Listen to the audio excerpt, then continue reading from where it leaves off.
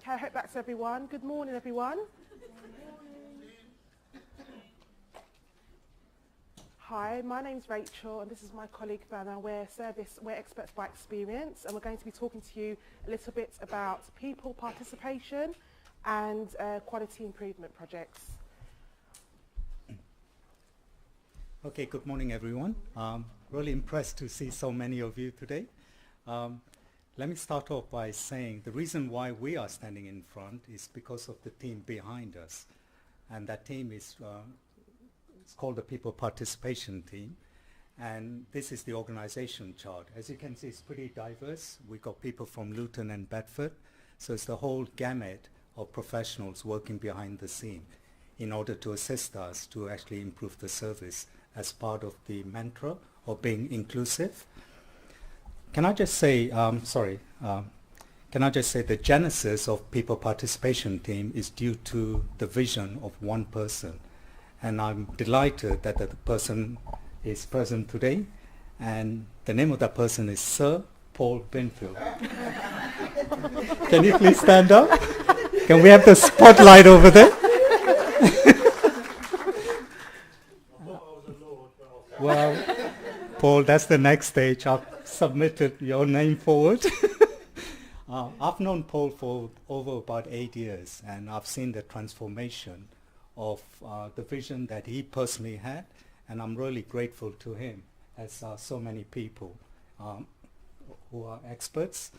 Some of the rest of the team, I don't know whether they are present today. Paul, is there anyone else from the... Yeah, Sue, can you please stand up? Sue is also part of the team. Yeah. Some of the other members are in Madrid, I think, enjoying their holiday. But that's a wonderful team, as you can see. It's really, really diverse, and they are really, really very supportive of helping people like us to participate at East London Foundation Trust. Can I also mention there's another person who's involved in technology. His name is, I can't see him present actually, but his Lord, Tim Gill. Is he present anywhere? No? Oh, he's outside, okay. So Paul is actually involved on the technology front related to quality improvement. And he's the person that's actually working on the IT infrastructure and devising all the tools and techniques in order to improve the service. So on behalf of the team, can I just say thank you, Paul, so much for giving me and us the opportunity. So clap to Paul and the team. Pass over to you. Okay, I'm going to move on and just talk about some of the areas that service users can get involved in within PPL. So one of the first things that, one of the aspects that service users can get involved in is being part of the recruitment process to employ prospective employees within the trust. I think that this is a positive step for the trust to take because it sends across a clear message to applicants that service users and carers are at the core of what the trust stands for. Not only that, but it improves the quality of staff that the trust employs because, you know, sometimes during the interview process, having a service user on the panel really, they can really pick up on certain cues and nuances that the applicant kind of displays that maybe other panel members may not necessarily see. For instance, I remember speaking to one of my peers who told me that during the interview process, when they asked their question and to the applicant, when the applicant was given their response, the applicant failed to maintain eye contact with them. Now, this may seem like a small misdemeanor, but they noted that when the panel members who were of a more senior level asked their questions, the applicant engaged with them and maintained eye contact with them. So what does that show about the applicant's attitude, you know? So, and also I think that service users are able to bring, you know, questions that are creative and more think outside of the box and able to tease out, which are able to help tease out the applicant's real, genuine characteristics. And you know, they're able to kind of distinguish between contrived and genuine responses. So I think it's a really positive step and initiative to have service users on the recruitment process.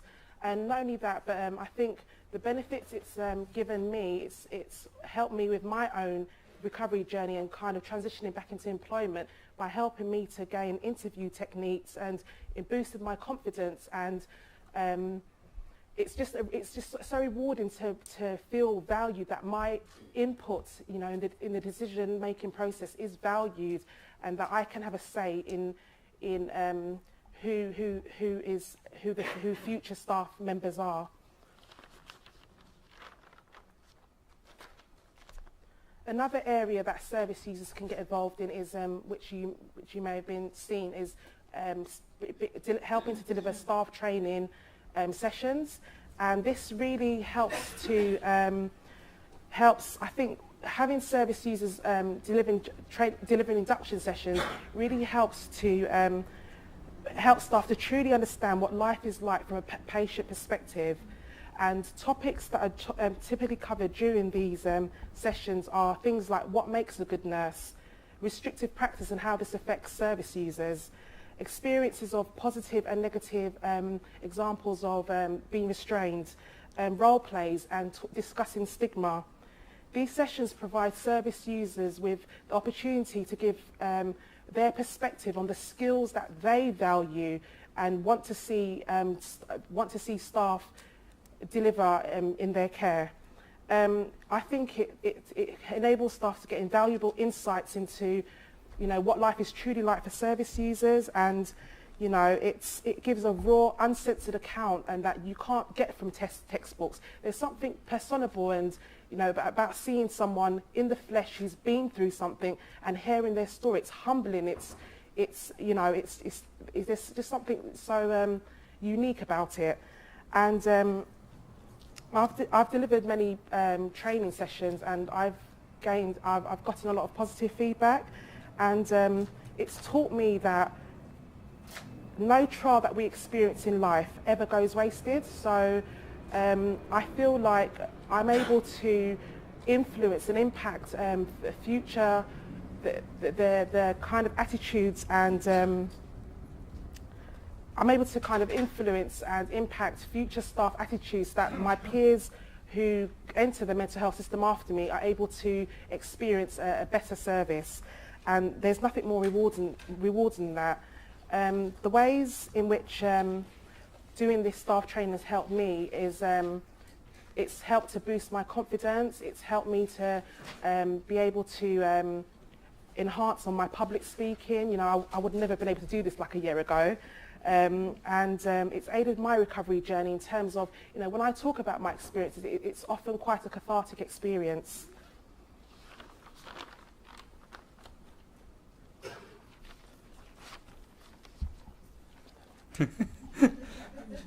Sorry.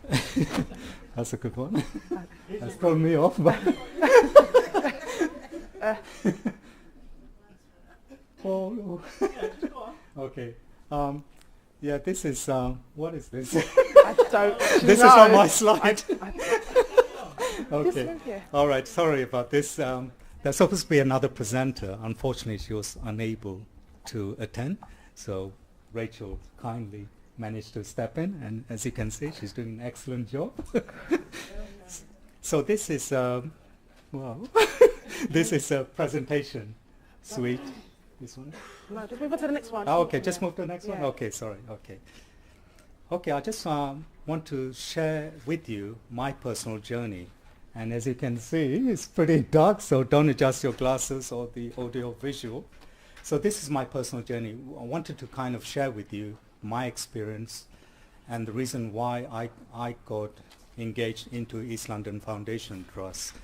So so I just want to say to you, I came from a very dark place, and I'm really surprised to be standing in front today. And the reason I'm doing that is because I've been given a lot of confidence by the team within East London Foundation Trust, and particularly Paul Binfield's team. I was pretty much inspired and supported by the compassion of the team within East London Foundation Trust, including psychologists and psychiatrists. Some of you are present here today, and I really wish to thank them for their support. So from this journey, from a pretty dark place, I've moved on to this. So I hope you are shaken and stirred by this image. So it's basically a reflection of my internal soul, really. And it's a progress, it's not perfection. I'm still on the journey. I don't have the GPS on there, but I normally get lost. But anyway, it's a start. The term reaching there was devised by a team member, and I'm privileged to mention the team member is present today, and her name is Baroness Zarina. Can you please stand up?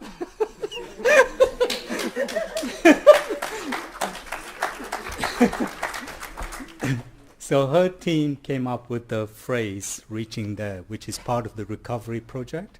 So we are basically engaged in a number of different projects whereby we're trying to assist expert users, service users and carers onto their onward journey after their experience within East London Foundation Trust.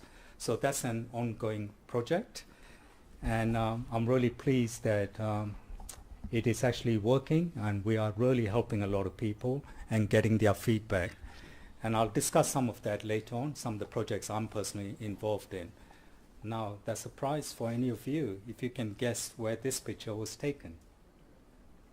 Anyone? It's definitely not in Newham, I can assure you. Sorry. Any guesses? Sorry? It's American flag? No, I was just doing that, so to get protection. Are you awake? Malaysia? No, it's not Malaysia. I'm Malaysian, but it's not in Malaysia. No, this. No, it's taken in Santa Fe, New Mexico. Yeah. I used to live in Dallas before, but yeah, that was taken last year as part of my journey. Yeah, so it's really nice. I really enjoyed that trip, and I met a lot of wonderful people. It's all part of the recovery, really. Yeah, met a lot of other people, suffering from, arriving back from the war and everything, suffering from post-traumatic. So it's really nice to meet a lot of people, wonderful people, and I think it really inspires you. And as you can see, I'm really happy. I'm going back there this year, so yeah, so it's nice. Okay, I just want to talk to you regarding some of the projects I'm actually involved in. This is all part of the engagement. Sorry, there it goes. So these are some of the projects which are part of the engagement of service users and carers. So we basically impart our experience into the system in order to improve the process. So for example, I'm involved in information design.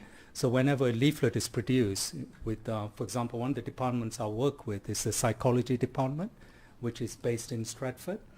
So for example, when they devise a leaflet, they put it past us, and then we actually feedback. And I'll give you an example later.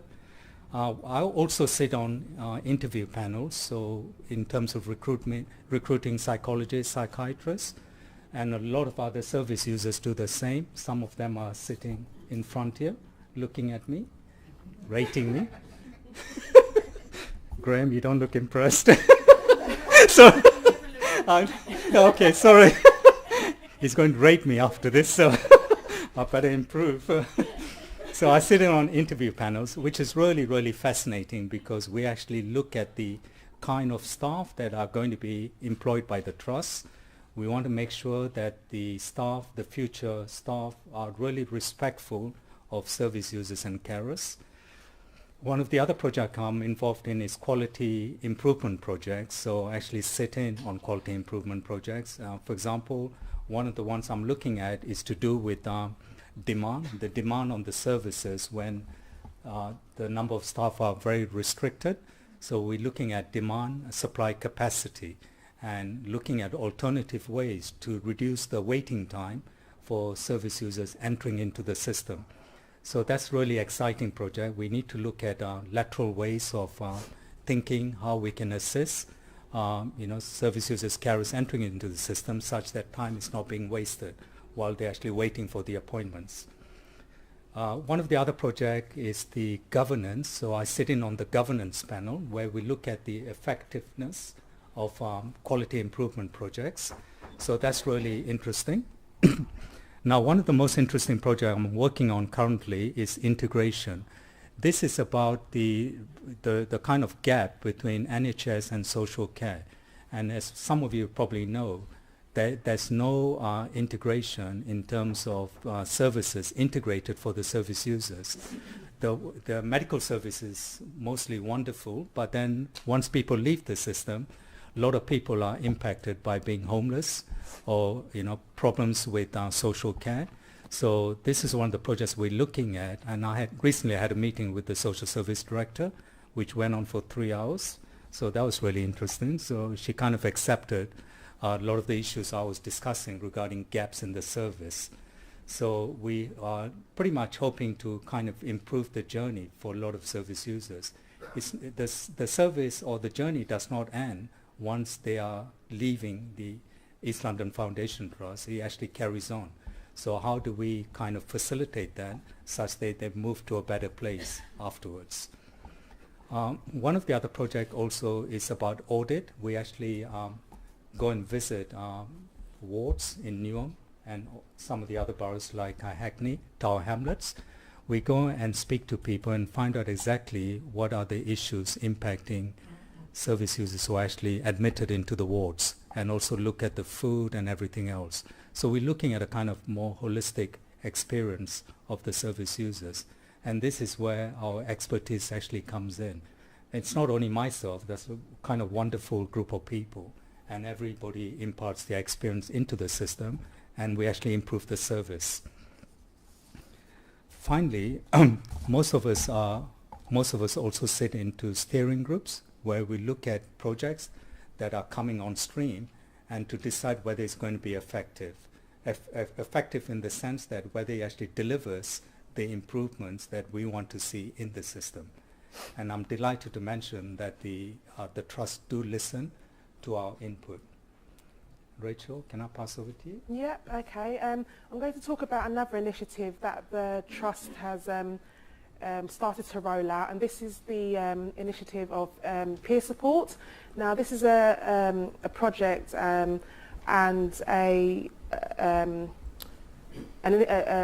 idea that I think is so very much needed, and for some reason I don't even understand why it wasn't incorporated years ago, because when I was in hospital, I felt like I could relate to the staff, but I needed that kind of personal connection with someone who'd been through the journey and come out the other end. And there's something just valuable about talking to someone, having a connection and sharing your story with an individual who's been where you've been and experienced what you've gone through and overcome, and kind of instilling you that sense of hope. And I think that's what peer support does, and it's so unique and invaluable. And it's just I did the training, and it was just amazing, all the skills I gained from it, interpersonal and active listening, and it was just an amazing experience. And the impact that peer support workers are going to have on the lives of being able to coach and mentor service users, and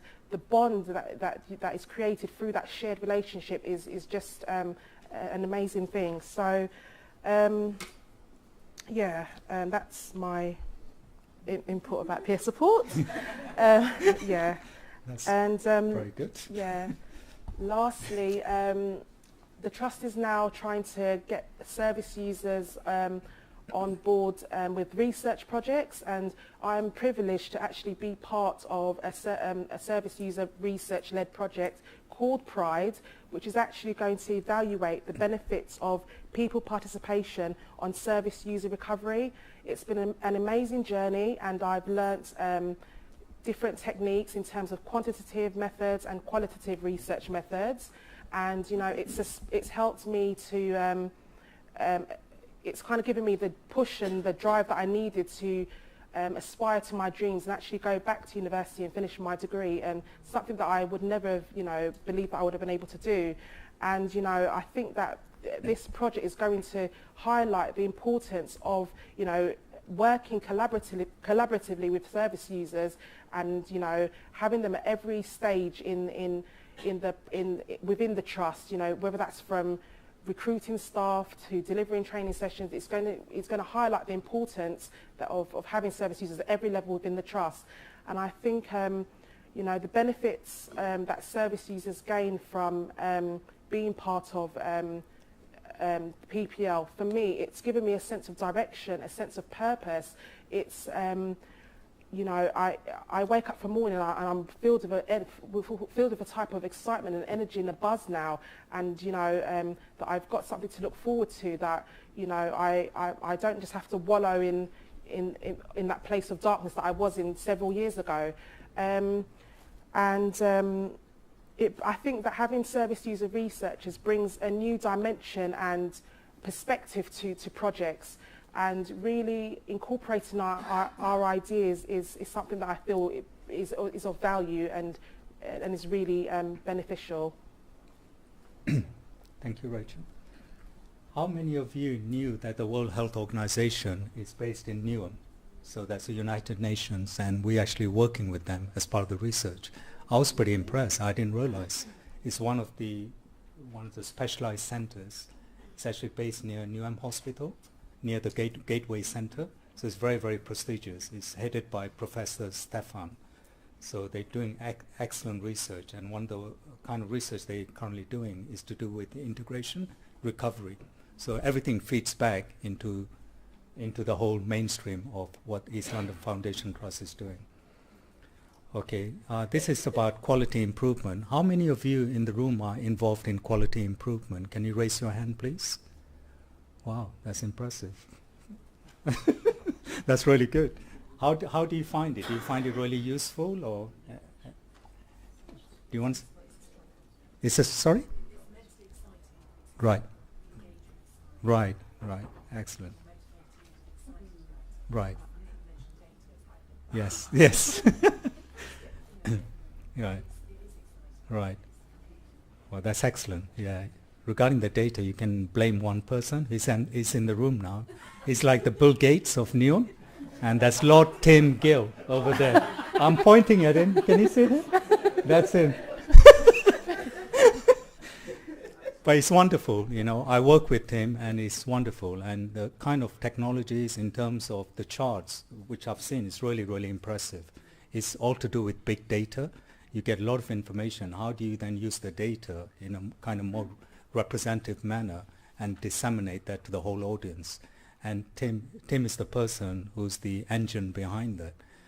Yeah. So if you want to buy shares in his software later, I think maybe coming soon. So thank you, Tim. So in terms of quality improvement, we basically have at least about 85 service users and carers who are trained in the quality improvement methodology. And the methodology for that is based on a US system, if I remember correctly. Is that right, Tim? The QI methodology is based on quality improvements based on the US, the organization? Well, for our quality improvement, we use the model for improvement, and that as a sort of methodology for all QI projects. Right. Yeah. Right. So yeah, so the methodology is very kind of systematic. It's based on evidence, not simply hearsay from the team members. So it's really, really thorough, and it's a lot of data that goes into it. And as part of governance, we actually look into that and see whether it's going to be effective. So basically, most of us are involved in a lot of different QI projects. So we got our fingers everywhere. So we are like the spies who monitor everything and feedback. So how many of you have seen the Wall project at Newham Center for Mental Health? It's like a big, image. Has any of you seen it? Yeah, sorry, do you want to say anything about that, if you don't mind? Yes, you.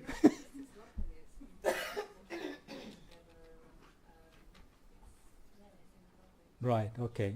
So it's a kind of big mural. So this is at the early stage, working with the artists. Service users were involved in that. So they designed the sketch. And then if you look at that, that's the final output. Right? So this is at Newham Center for Mental Health. It's basically a wall mural, really. So it's very, very impressive. And anybody recognize this person there? That's Baroness Zarina, my other half. Where is she? Anyway, the other thing, have you noticed something on the slide? I think I've been living in Newham for too long. Can you see this one? Looks like a knife to me, but anyway.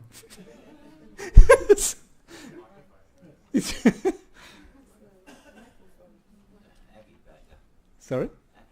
Yes. But anyway, it's very impressive. If you ever get a chance, go and see it. So it's in the cafe at Newham Center for Mental Health. Okay, so this, I just want to say this is one of the team that I actually work with. This is a psychology team, which is based in Stratford, 409. And I think it's important to mention that we work with a group of people, experts, medical people. So it's basically like a symbiotic link, really. We have to work as a team in order to improve the service. And I'm very delighted that this team, which are called the A team because it's managed by Dr. Mural. So I'm working with all this team, medical people, psychologists, and it's really wonderful because they do actually listen to what we have to say, and they actually redesign the service based on our input.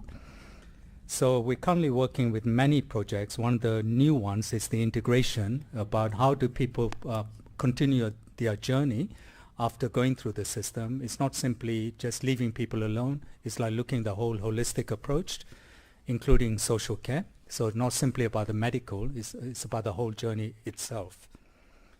And as many of you know, the NHS is being stretched. So the demand for services is actually escalating.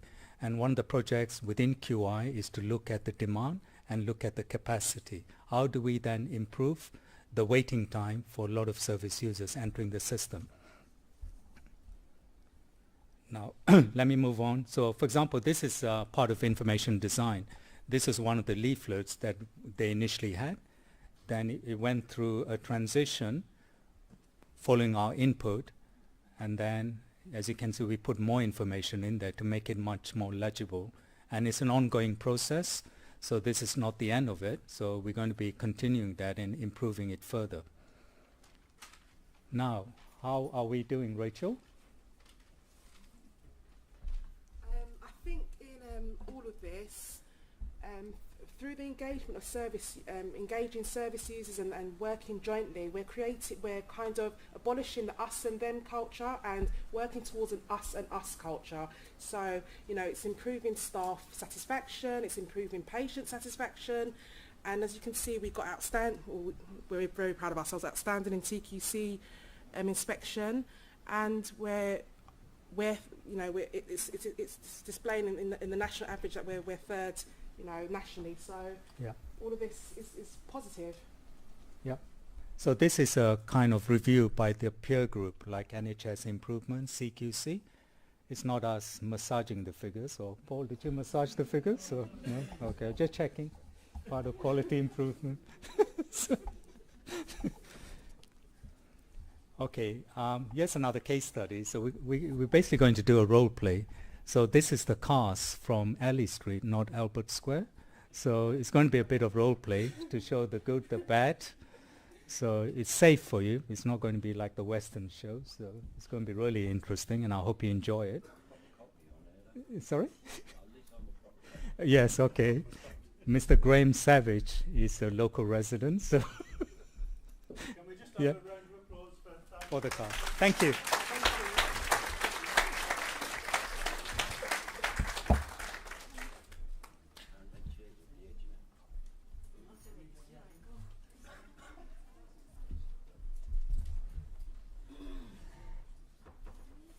Is that on?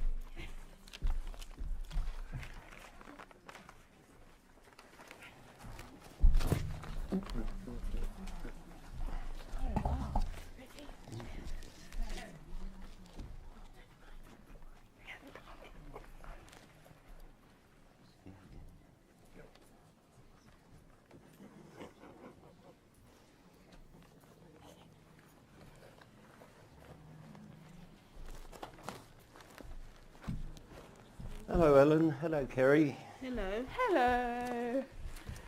Hello.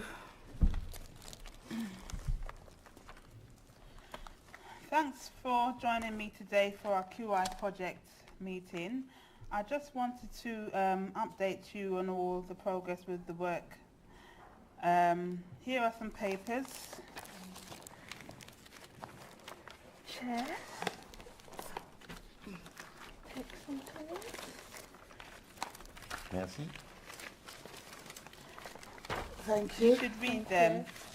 After a few PDSA cycles, we're starting to see some changes in our data, as you can see on this P chart.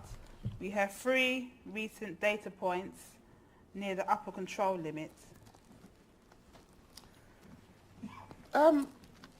Is P chart part of is PDSA?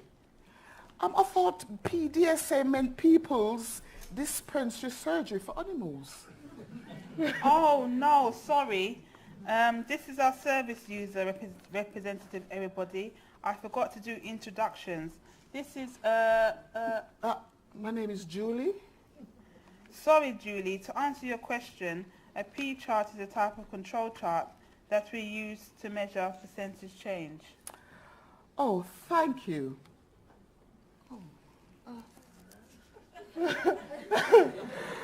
Thank you. I hope to meet you all and find out more at the last meeting I turned up for, but it was cancelled at the last minute.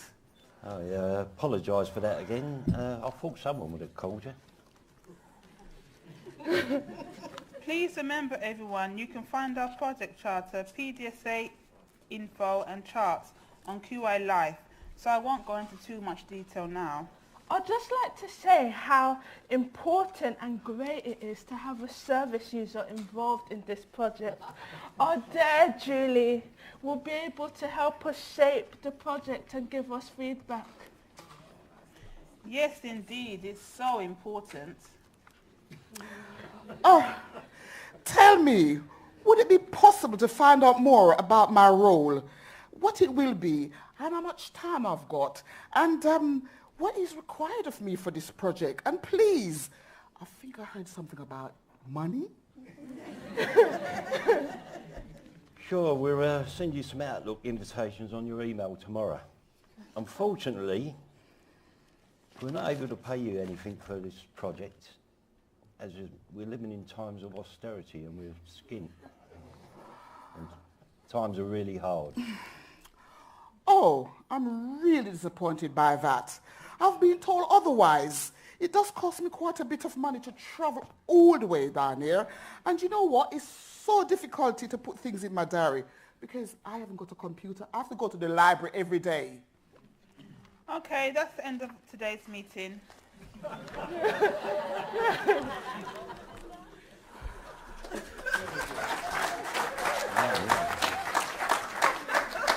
You know, blimey, what does she want? She was really ferocious. Tell me about it. Maybe she's just having a life crisis.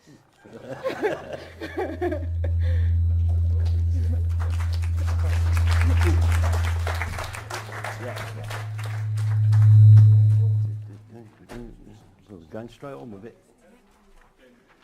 Good say. Oi. So we're doing the second one? Idiot. Oh, jeez. Down here. Hey, go. Thank you.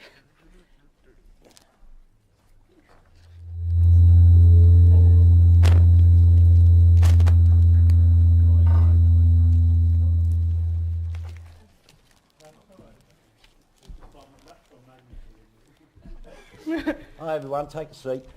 Hi. Thank you. Hi. Hello. Morning. Hello. Hello. If you take one of these each, it's the agenda for the meeting, some papers that you need to read. Okay, thank you. Thank you. I hope you got them on your emails that I sent out Yes, as well. yes. Yeah, got it. Lovely.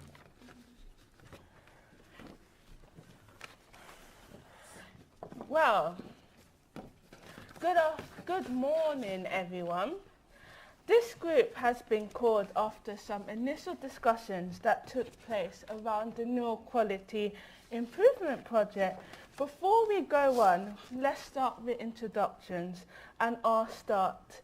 My name is Dr. Eve Penk, the project lead and consultant psychiatrist for the North Community Mental Health Team. I am Ellen, a community mental health nurse. Oh, Oh, I'm Julie. I'm a local resident and a service user. I've been invited here after I gave some feedback about text messages, appointment reminders. Dr. Peng then suggested we get together to look at some quality improvements we could make to change the service. And I'm Graham, the team administrator for the CMHT, which is Community Mental Health Team. Great, thanks everyone. Now, as Julie has explained, we've had feedback from our service users that it will be helpful if we do this for CMHT appointments. I think this could potentially improve our service and enable us to see more people. What do you think? I agree. I've noticed that when people apologise for missing appointments, they often say that a message reminder may have helped with their diaries and planning. Yes, unfortunately it can be very easy to double book appointments. So I'd say introducing these perhaps a week before appointment or the day before will help a lot of people. The benefit of a quality improvement project is that it gives us an existing framework for success that we can then apply improvement tools to for developing and measuring changes we make. Have any of you been on the QI training? Yeah, I've been on a pocket QI training recently. Oh yeah, I've been on some too. Let me know if any of you need further support, right? Yeah. So, our local QI forum have suggested that we plan a project around this. So, at our next meeting, when we next meet, we can look at data, create a project aim and charter, and maybe even a driver diagram. So if everyone would like to be involved in this work, then I'll arrange a series of project meetings and I'll invite our local QI-coach to help us along too. Thanks everybody. I look forward to seeing you at our next meeting. Thank you. Thank you. Thank you. Thanks, Julie. One second, Julie. Oh. I just wanted to tell you that if you wanted to work with us on the team, we need to use this to create a role description. Okay. What is this, please? It's just what the NHS think, and I do work on all of that stuff that they teach. All right. Okay. Interview panels. Yeah, thank you very So, much. and you see these ones. Oh, it's a lot of papers, isn't it? They're for payment. So every time you just need to fill in your personal details, sign it, travel expenses, and then I forward it to our finance team in Ali Oh, travel Street. expenses. Oh, that's very good. Yes. Oh, yeah, need some travel expenses. Yep. That'll Can do I- good. Yeah. Can I just say that it's really great to have you involved in this work. So, you know, I'm here, right, on a one-to-one basis every month, whenever Okay. you need it. Oh, that sounds very To good. see how you're finding Oh, that's great. things. Oh, fantastic. And we assess time commitments. Wow, wow, lovely. Thank you very much. That was very helpful. Thank you. You're welcome. I'll see you out to the 25 bus stop. All right, then. Yeah, thank you very much. Yeah, that'll be helpful. Yeah, thanks.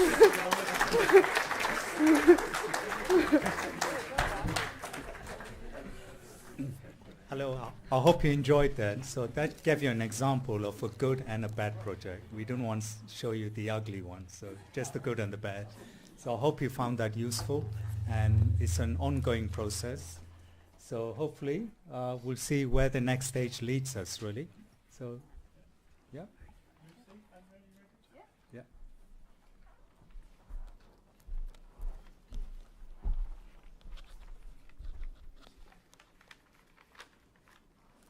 Hello everyone, my name is Lucy Bowden and I'm Clinical Governance Coordinator and I work across Newham and Tower Hamlets. Hello, my name is Andrea Burke. I'm service user of Community Mental Health Services in Bethnal Green, expert by experience with Care Quality Commission and former campaigner with 38 degrees. It's a bit more impressive than my title. And we're here today to talk to you about our QI project, which is improving the complaints process in Tower Hamlets. So our project aims are to increase local resolution. So we would like 60% of all complaints received in Tower Hamlets to be resolved locally by December 2017. What we mean by local resolution is that the complaint will be resolved via a meeting with the complainant and a senior member of the team concerned. The meeting can be face-to-face or it can be over the telephone.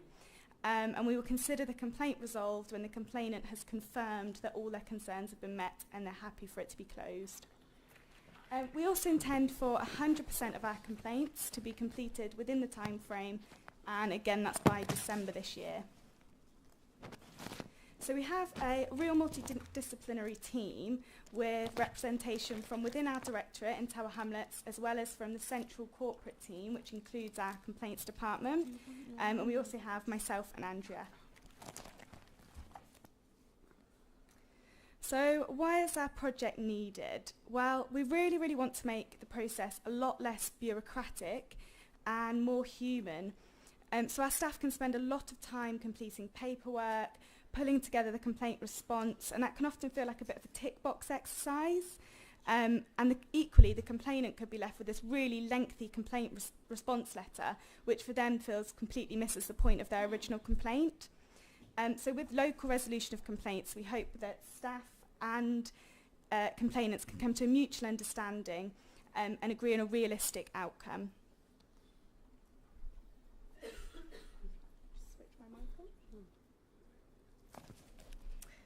So what is it that you've really enjoyed about being part of our QI project?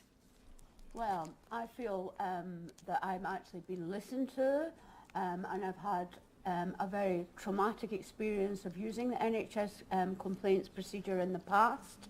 I felt that my voice was silenced, I felt that I was fobbed off, and I felt that I was issued with meaningless, repetitive apologies. I didn't know whether, as a result of my complaint, services had improved, and I feel that I've enjoyed transforming that negative experience of being involved in complaints which endangered my therapeutic relationships with my care team into a positive experience. Brilliant. And is there anything you think's been particularly successful with being part of the project? I think it's successful because it's reinforcing a bottoms-up approach. It's not just a top-down model. We've heard today about other service users being involved and in making a positive difference, and in valuing and in bringing together complainants and people from clinical governance and quality assurance working together, because we're essentially trying to achieve the same aims, and we're trying to do that by working together collaboratively and building positive relationships. Definitely. And I feel that our project is based, as we've already heard from Thana, on progress and not perfection. That's our tagline. Okay. Thank you. Is it questions now, or would you like? Yeah. Yeah. Yeah? Does anyone have any questions? Yeah? This is quite inspiring, actually. Probably I'll copy something similar going forward. How do you, because I think the complaints are confidential, personal information, so how do you make sure we're not breaching any actual government? As part of the QI project in itself. So we don't look at individual complaints, so there wouldn't be any names or any specific complaint letters that are being looked at. What we're looking at is more in terms of the process. So we've got template response letters, which Andrew's had a real positive impact in us putting together, for instance, by picking out wording that we've just used for years and not really thought about. And Andrew's actually brought fresh eyes to it and said, what does that even mean? You know, what that could really make someone feel quite fearful of that letter. So there's no confidentiality issues at all. I mean, it is an issue that I'm bringing up, because if you make a complaint, you want to know how many other people actually feel the same way.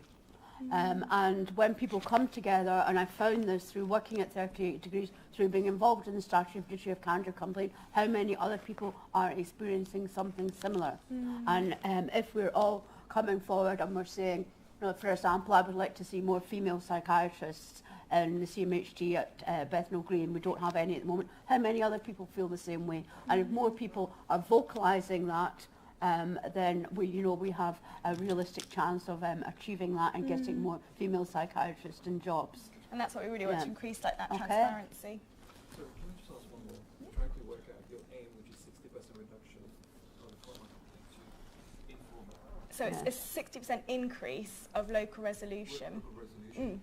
So when you get the complaint comes through, Mhm. how do you distribute it to local resolution? Local resolution. How Good can you question. understand how your team works? Yeah, so one of our PDSAs is to have a quality panel, and they will meet twice weekly and look at all the complaints that have come in and almost do a triage of them and say, can we try and attempt local resolution here, or is this one that we're going to really have to go through the normal formal complaint process for? So we'll have a quality panel that will do a triage to decide whether it could be local resolution. Who's on the panel? So it'll be myself as Clinical Governance Coordinator, and then we have about 3 members of the Directorate Management team within Tower Hamlets as well. All right. Well, that's clear, sir. Because I thought you were on the panel. No. On the QI team. Okay. Did you have a question? Yeah, I was actually going to ask about how you arrived at your 60%. 60%. It is, it could seem a bit arbitrary. So with our baseline data, we found that it was about 11% of complaints are locally resolved. So we thought that 60% was quite an achievable target, bearing in mind that some complaints we will have to follow the formal complaint procedure, but we are hoping to perhaps surpass the 60%. And overall, what are you achieving currently in the national standard? Which national standards? Well, the national standard about how many you achieve within the time frame for the... The time frame. So at the moment, with the baseline data, it was 65% were within our deadline for the investigation. So the national target is a 25-day deadline for the complaint, and that's from being acknowledged to the response letter being sent. Within our directorate, we have 15 working days for the investigation itself. So on our baseline data, 65% of our complaints were meeting that 15 working day target, and obviously we want to make that 100%. And we're hoping actually one of our PDSAs is to set a new time frame for local resolution, which would be shorter, with the intention that we want to sort of resolve these complaints much quicker and not let them drag on. Okay, thank you.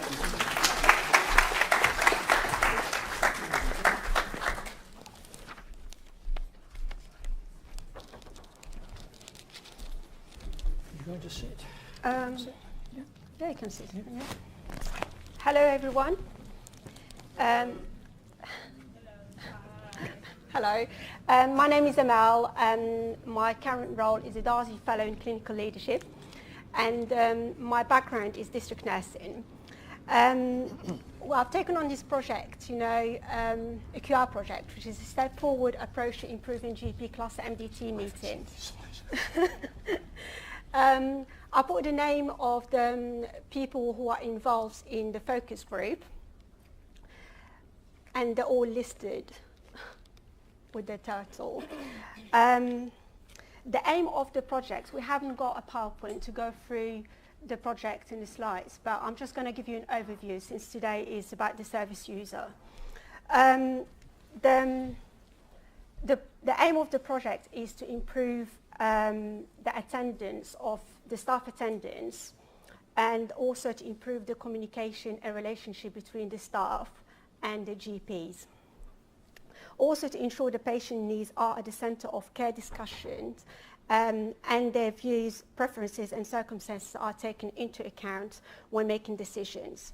This will lead to a more effective and satisfactory outcomes. We want members of MDT to have a greater understanding of their contribution into the meetings, and its purpose is improving the quality of patients' care and experience. This will lead to the reduction of hospital admission and also looking after the patients in their own home environments, with having the right professionals, the right time, the right place. From my perspective, having a focus group is about involving the right people, in the project, and also having a service user is a very crucial part, especially for my project, our project, MDT project, is very important. Is about what matters to them as well as matters to us. Is about getting them involved sharing ideas and their experiences and looking from their perspective as well as from our side as well. So I'm going to pass it to Hugh, which is he's part of the project, and he will explain. Okay.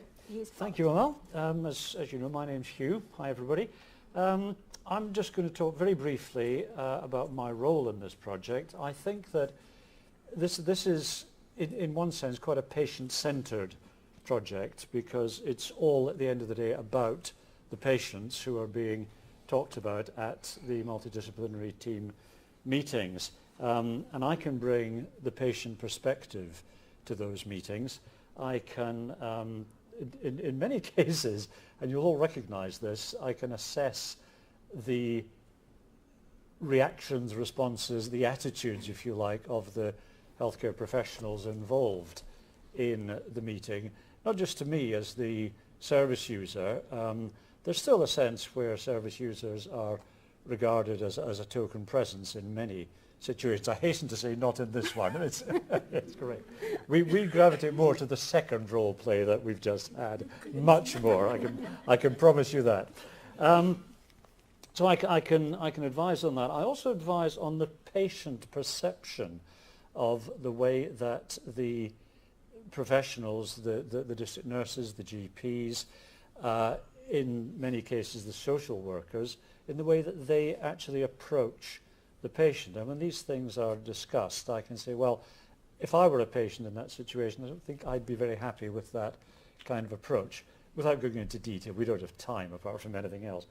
And the attendance at the MDT is obviously crucial, because there's a huge detriment to the patient if any of the HCPs involved in that case aren't at the MDT. If a social worker, for example, doesn't turn up where a social work input is crucial to that case, then you might as well not bother. You can all go home. And I think that's where the importance of the project lies. Amal will tell you where we're at with the project at the moment. And I just think also that the attendance issue is one that doesn't just apply to MDTs. How many of you have been aware of QI projects where half the team hasn't been able to get there? It's not restricted to one area. Happens all the time. So that's another thing to bear in mind. Amal, back to you. Yeah, for one reason or another, following up from what he said, we're all busy, we all have a caseload, and there is days, that we cannot attend those meetings. Being a district nurse, you put patients up as a priority, you've got your priorities, and you think, okay, well, I've got a palliative patient, I've got MDT meeting, shall I go to palliative or go to the meeting? And you think you've got, someone just called off sick in the morning, and hey, you cannot attend.